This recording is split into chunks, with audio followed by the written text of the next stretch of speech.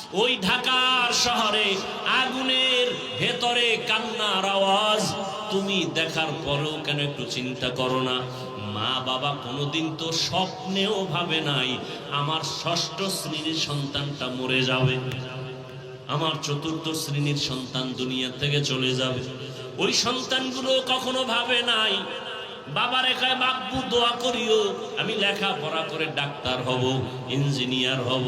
কিন্তু আমার মালিকের আদালতে হিসাব মিলানো হয়ে গেছে, দুনিয়া থেকে চলে যাবে, ডাক্তার আর হতে পারবে না, ইঞ্জিনিয়ার হতে পারবে না।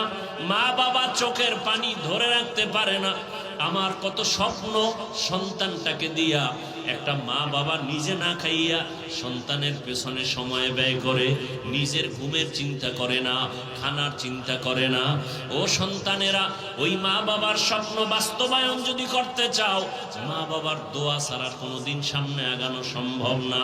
কিসের বাহাদুরি করো রে বাবা, এখনো সময় আছে, তওবা করো। কোন দিন আজরাইল এসে তোমাকে আমাকে নিয়ে যাবে বলা যায় না। তওবা করো আর মনের বুঝাও, আমার মতো যুবক যদি স্কুল কলেজে পড়িয়া নামাজ পড়ে আমি পারবো না কেন? তোমার আমার মতো যুবক জেনারেল লাইনে থাকিয়া র্যাব, আর্মি, পুলিশ, বিডিআর এর চাকরি করে 5 ওয়াক্ত নামাজ পড়ে তুমি নিজেকে প্রশ্ন করো তুমি কেন পারবা না?